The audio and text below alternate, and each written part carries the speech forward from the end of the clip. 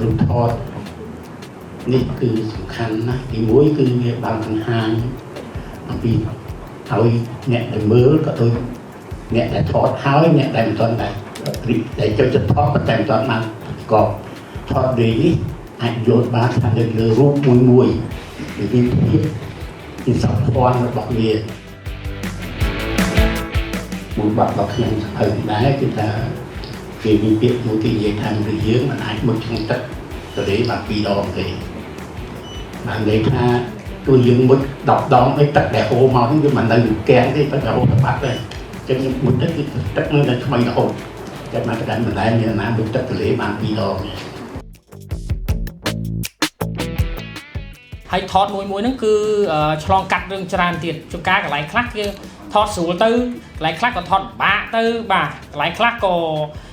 គេឲ្យក៏មិនឲ្យទៅកន្លែងគេស្ដីឲ្យទៀតអញ្ចឹងក្នុងនេះគឺជាញើសឈាមតែម្ដង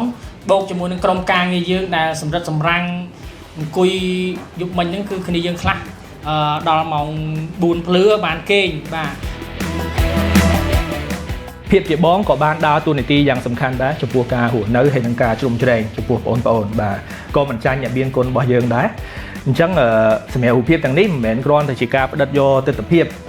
ដ៏សាមញ្ញនៃការរស់នៅប្រចាំថ្ងៃប៉ុណ្ណោះទេប៉ុន្តែគឺជាការឆ្លុះបញ្ចាំងអំពីសន្តានចិត្តនិងការលះបង់ពីកាតព្វកិច្ចលើសពីកាតព្វកិច្ចនៅក្នុងវ័យកុមារដែលបង្ហាញថាបងតែងតែជាទីបង្អែកដែលរឹងមាំហើយប្អូនគឺជាកម្លាំងចិត្តដ៏កក់ក្ដៅ